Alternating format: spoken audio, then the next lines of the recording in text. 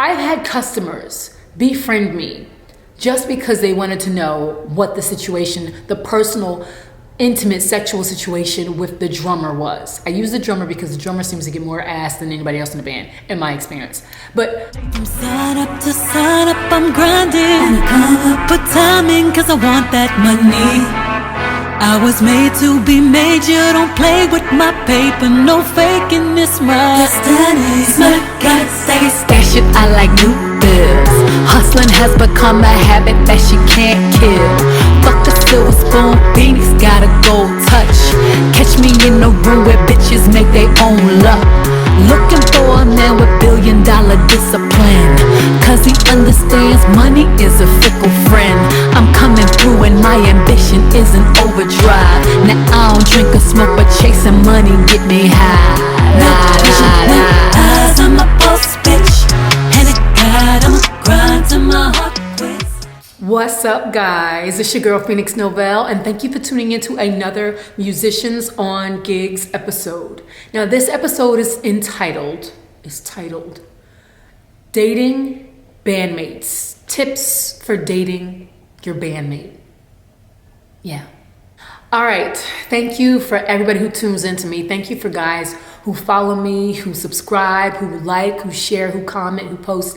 And just thank you guys for sticking with a sister, because I am on my journey and loving performing and sharing my talents with the world. And so I make these videos for other artists and creatives like me, just to kind of help you on this journey if you encounter any of the things that I've encountered and you don't necessarily know how to navigate. This is one of the hardest ones because, you know, you are involving yourself emotionally in a place that's supposed to bring you so much happiness and joy and release. And unfortunately, you know, when it comes to relationships, they open and unlock parts to us that we are not always the happiest to find out about ourselves or to expose. And sometimes, you know, you just want to go ahead and try dating somebody who you might like, and you realize that they are not who you thought they were, or, you know, relationships can be heavy sometimes. And to have it inside of an environment where you're making your money and you're also, you know, doing what you love to do, hopefully, it can sometimes create a little bit of toxicity. So these are tips that I want to share with you guys, because I have myself been in a relationship with bandmates, you know, full on. I never slept with a bandmate that I wasn't in a relationship with, thank goodness. And thank goodness also that I was actually in love and my ex-partner was in love with me. And so I didn't have issues with my guy sleeping with another bandmate or, you know, doing shit to make me jealous. But I've seen it. I've seen it firsthand from other musicians where they've actually quit in the process of working together, or they were just trying to one-up each other, make each other jealous, or just created a really hostile environment, not only for themselves, but also for the other musicians that they shared stage with, which can be just so uncomfortable. So hopefully my tips for dating bandmates will help somebody out there who is thinking about it or full-blown in it and having some issues. All right, so without further ado, let's get into it. I'm gonna say this. Relationships have a way of showing us sides that we don't often see of ourselves. You know, it's like a person has a key. We're the lock. They have the key to our lock, and these emotions and these, you know, temperaments or these idiosyncrasies or dispositions become visible, and we don't always like what it is that they bring out of us. Sometimes we do, because it's a softer side or more vulnerability, or, you know, it lets us make, you know, brings love into our life and, you know, and in front of us. And sometimes it can absolutely make us better people. But the likelihood of that happen is very low, especially in this field of entertainment. It just is what it is, guys. I wish it wasn't, but it is. You know, we happen to be in a field where a lot of people come to have fun. They let their inhibitions fly. They're drinking. They're just, you know, they're uninhibited. And sometimes they'll do things and say things that they probably wouldn't do at their workplace. You know, I've seen it. You know, I've seen a lot of people sleep with the drummer, you know, they didn't even realize or remember or even know the drummer's name, and they do it. It happens.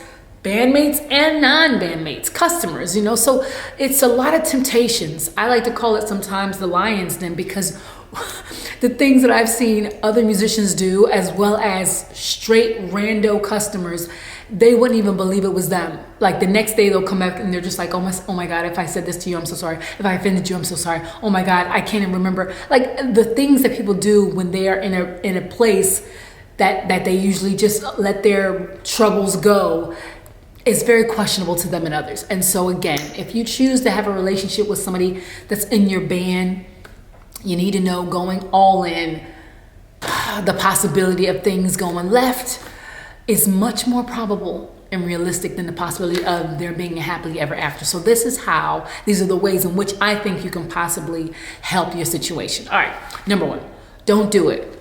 Just kidding. Okay, understand this. A woman is more likely to want a relationship with someone someone she sleeps with than a man is. So try your damnest to not sleep with a bandmate before you can actually see the possibility of being more than just fuck buddies. Facts. I don't like to be sexist. I don't like to say woman or men, especially today in this day and age where you have so much more, fluidity, so much more. I think it's more so my nose always runs when I have makeup on. I don't understand why. What the hell is going on? But sorry guys, rather than me stop the video, I'm sorry. But I don't have a cold, which is so weird. But anyway, I don't like to say it like that because there are guys who are very emotional and in touch with their emotional side and not afraid to show their vulnerability. But more often than not, what I see is women. Because once we have let that guard down and let you in, we can kind of make anybody that guy.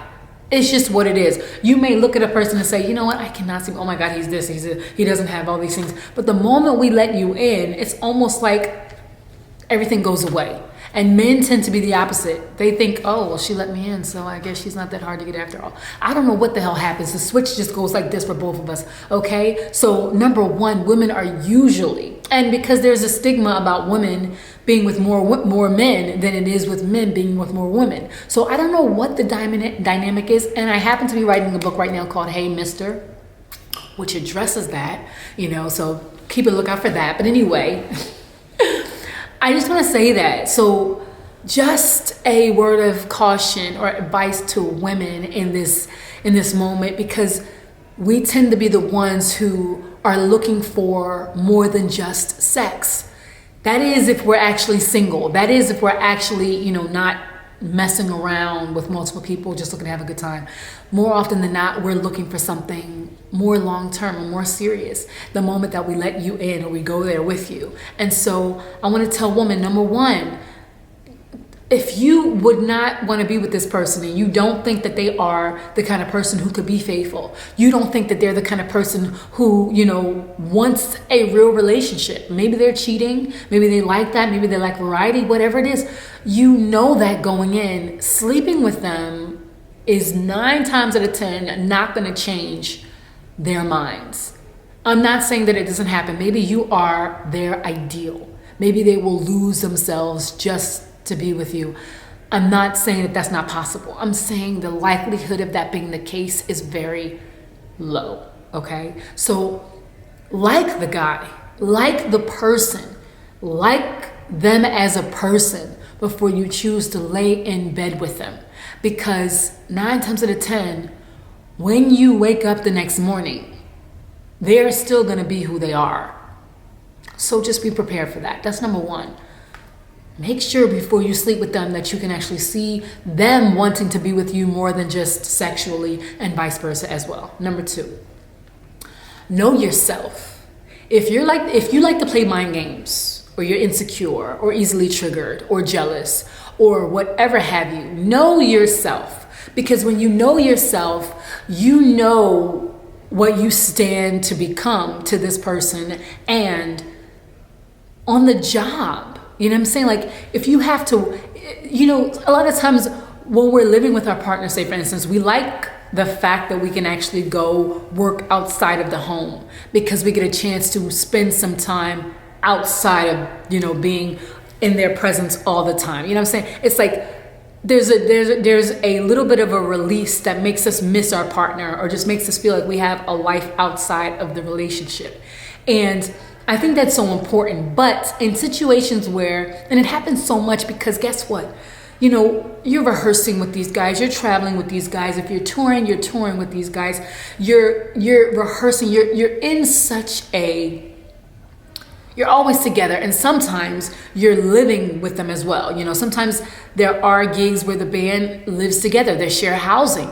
And so if you're constantly in this person's energy and then you happen to start dating, then if there is a rift, there's no real chance or time to get away or separate, And maybe you want to, but they don't want to. Maybe they want to fix the issue, and they're the kind of people just like, no, I don't want to go to bed mad. Like, there's just no room for you to actually just kind of break away and be on your own and just to let your own wheels go. So know yourself. Know the kind of person you are. Know if you actually like commitment. Know if you have a short lifespan that you like to be in another person's presence.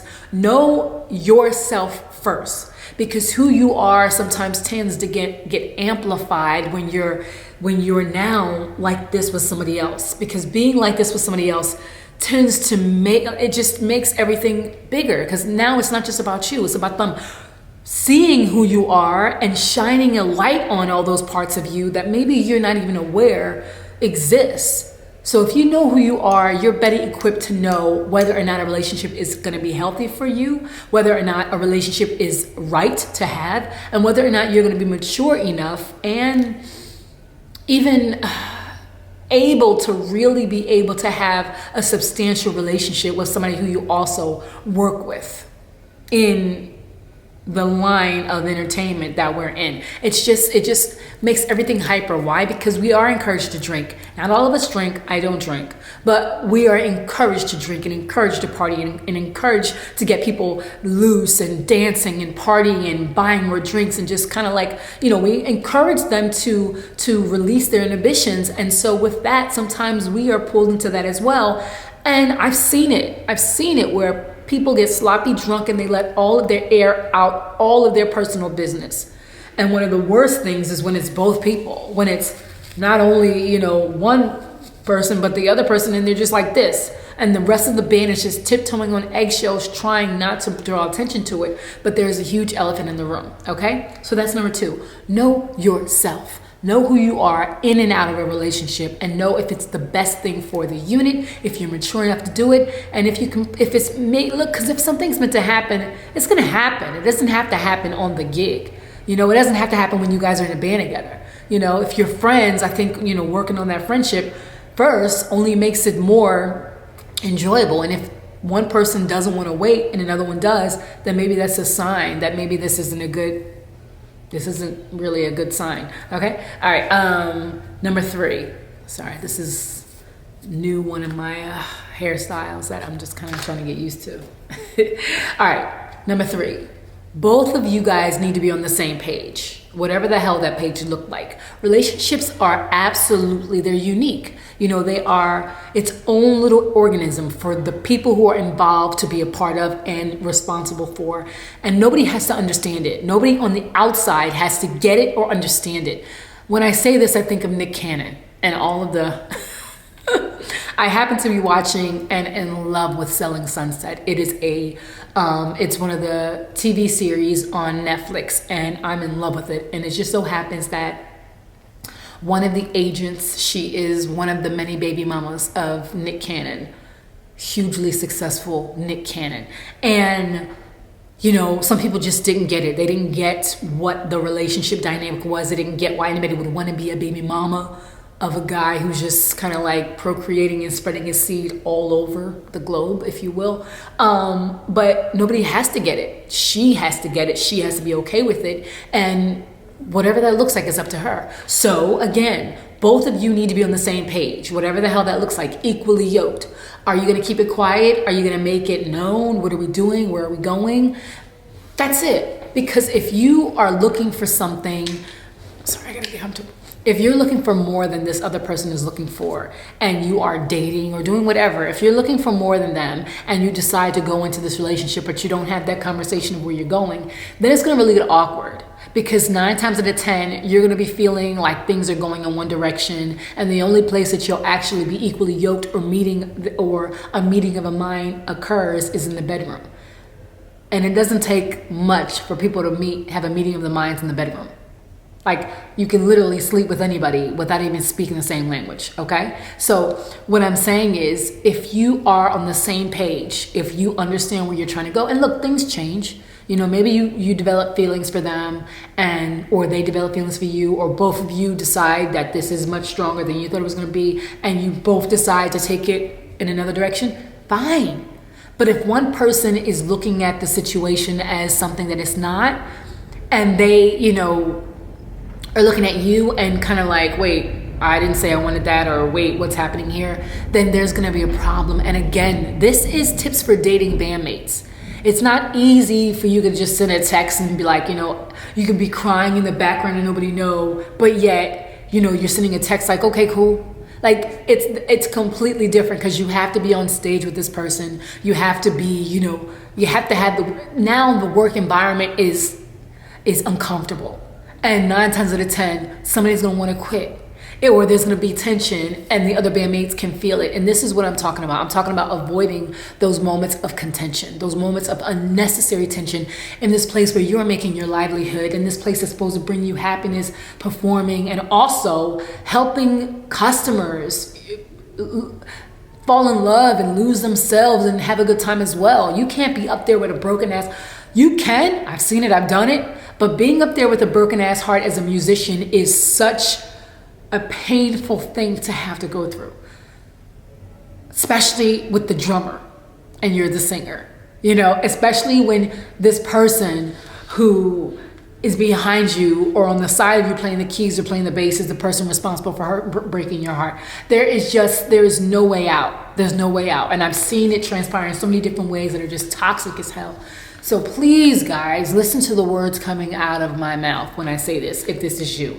Be on the same page with the person that you are dealing with, so that one of us is not trying to go this way while the other person is going this way. And if you realize that there is some kind of misunderstanding or difference of where we're going, don't be afraid to have that conversation. One-on-one, like we're grown, without mixing emotions or playing mind games about it, because I'm telling you, you're going to suffer in the long run and be hurt in the long run, and you can't blame anybody but yourself for not being on the same page, okay, or knowing what each other wanted.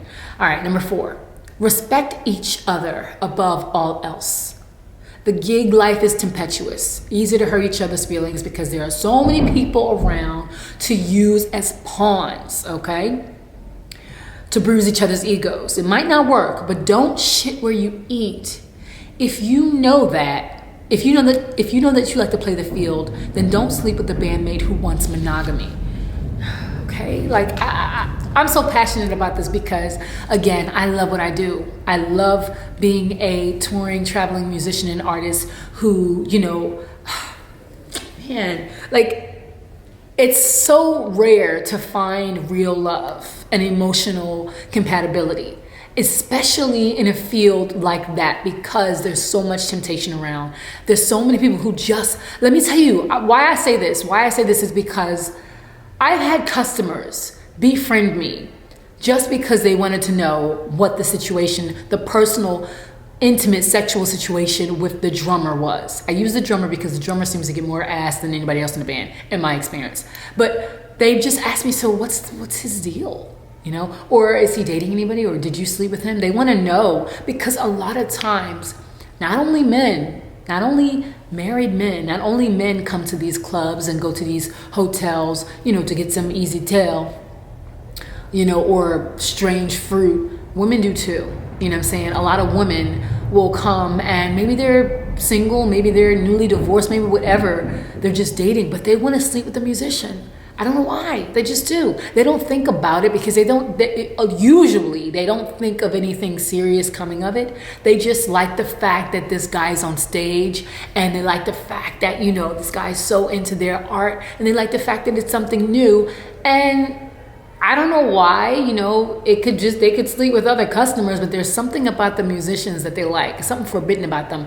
And I lied to you not, on more than 5 occasions. I've had randos come up to me and ask me, Are you dating? Are you sleeping with the drummer? What's going on with him? Is he married? What's going on? Not that that would stop them from wanting to sleep with them, but I've had so many times where they've just wanted to just interject and just be banged by the artist. And so I say this, when you are dating or want to date a musician, any of them, if you're sleeping with somebody in the band, you're dating somebody in the band, you got to understand, you know it, we know it, I've seen it. I've seen people, hit on or get a little too close to my ex, and luckily he had respect enough for me to not even play that shit.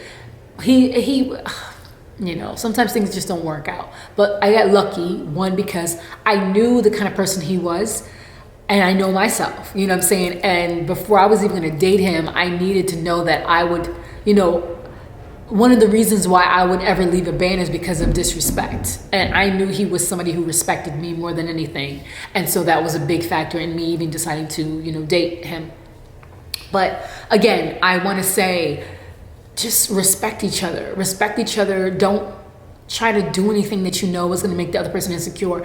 And if you don't do it, then they won't try to retaliate usually.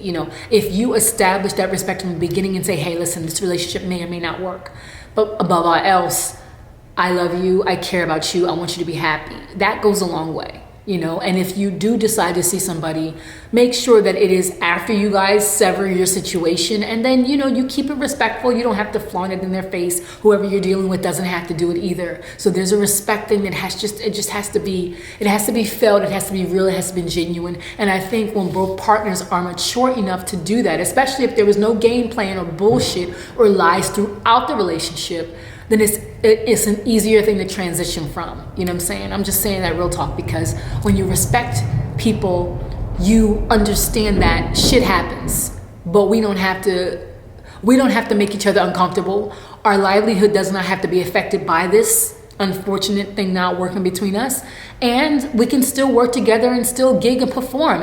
And yeah, maybe we're sad that we didn't work out, but we're not sad because the other person cheated on us or lied to us or tried to make us jealous or use us, okay? There's a difference in just, being a little sad because the relationship didn't work and also being heartbroken, okay? So respect each other more than anything else, and we can still remain cool or go back to how things were before we dated. I think that's possible. All right, and last but not least, professionalism first. All right, I think I just kind of touched on that at the end there.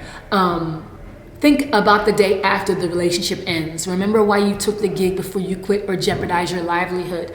I'm stressing this because so many great musicians sever ties because of the personal dynamics. Okay, so many people who bring out the best in each other, of each other, they sever ties not because, I'm not growing anymore and I want to see, where else I can go, or I want to sow my, whatever. It's usually a lot of times, not always, but there's a lot of times where great partnerships are broken down because of personal dynamics, or because the pain is too great to look at you or every day, or still be around you on a regular basis because of what might have happened. And if we keep that in mind, right? Like, if I keep in mind that I think we work great together, I think that we bring out the best in each other, I love playing and gigging with you, then I know that throughout the relationship, I am going to hold and cherish that more than anything. And a lot of times when you do and you realize that the relationship is, I don't know, maybe it's not what we thought it was going to be. Maybe emotionally we're not as invested as we were before. Maybe there's a divide. Maybe we just don't like each other like that anymore. Whatever, these things happen. Usually the healthy relationships, they'll communicate about it. They'll have a conversation about it before it just dies on its own, and there's just like this bitter resentment and nobody wants to kind of like point at the elephant in the room. There's usually like this conversation, like, you know what, let's just be friends. Like that, like that whole Seinfeld, Jerry and Elaine conversation where we realize, we were just better off as friends. Even though you may still have that, but you realize what's stronger. Is our personal dynamic stronger than us needing to work together? Do I want to build a family with you? And is us working together hindering or making that better? again, I make these videos to possibly help artists, to help artists have better experiences, to help them navigate this world of artistry, and not be so emotional as they are trying to combine, as they are doing what they love to do and trying to make money and a good living doing it. Because in a field like ours, where we're so, the great artists, great creatives, we put our heart in everything we do. And so when you have all that passion, sometimes you don't always understand the politics that are involved in that world. And I'm saying, when you bring your heart into a relationship and you start dating somebody in the relationship, you sometimes put the politics behind you, and politics are a part of band dynamics. It just is what it is, right? And so it's your job to say to yourself, do I want to intermingle like this? And 9 times out of 10, it doesn't work. But when it does, it's a beautiful thing. Because I've seen a few where a married couple created their own band, or where a singer comes into the band, or a drummer comes into the band, or anybody who's an instrument, and they meet the love of their life. And a lot of times, the ones that lasted the longest were the ones where nobody even knew that it was going on, until it was going on for like months and months and months. Those are the ones that lasted the longest. People, they just stayed to themselves, and you never saw anything. But again, when it comes to us rehearsing together, it's typical to see, okay, yeah, maybe the keyboard player is working with the singer separately because they're just working on their songs. So there's a lot of things, a lot of ways you can mask it if you're not, if you want to. It's not hard to do, especially if you're staying in separate housing too. So there's ways for you to be discreet about it, which I would advise first and foremost to anything starting off new. Keep it to yourself as long as possible, as best you can. First and foremost, get to know yourself, get to know the other person who you're starting to develop these feelings for, and then keep it to yourself. Because if you keep it to yourself, then you really allow things to be organic. You allow it to be what it is. And if one person is insisting on letting everybody else know, that's a clear indication that there is something a little off about the relationship. Because usually, things that are real, it's quiet. When you love somebody, it's quiet, it's internal. I don't need everybody to know because it's for me. And the moment that you let everybody know, it's usually because we're going to have an engagement party, or I'm pregnant, or, the moment where everybody being involved is just because, it's the icing on the cake. But for it to be at the nucleus and at the start of something that's supposed to be, real, I find those grandiose kind of like relationships a little fake, because something about it seems like it's for publicity. I don't know. Anyway. That's my personal experience, and that's my personal opinion, okay? So like I said, guys, number 1, don't do it, just kidding. Number 2, know yourself. Number 3, both of you need to be on the same page. Number 4, respect each other above all else. Number 5, professionalism first, okay? Because if you don't have to, if somebody doesn't have to leave the relationship, if somebody doesn't have to leave the gig or the job, or it doesn't have to be contentious, if we can just kind of like abandon that part but still hold on to this, it's better for everybody. We don't have to lose a great musician because we didn't work out. And if we did, then we didn't do something right. Guys, this video went on so much longer than I hoped it would, but I got all my points across, and I hope you get it. If you have any comments, topic ideas, questions, or just want to shout a sister out, email me at musiciansongigs@gmail.com. That's musiciansongigs@gmail.com. Or leave a post below, make a note, leave a smiley face, share, subscribe, like, follow, whatever, on all the social media platforms that I post this damn thing on. But until next time, it's your girl Phoenix Novell signing off until the next episode. Peace.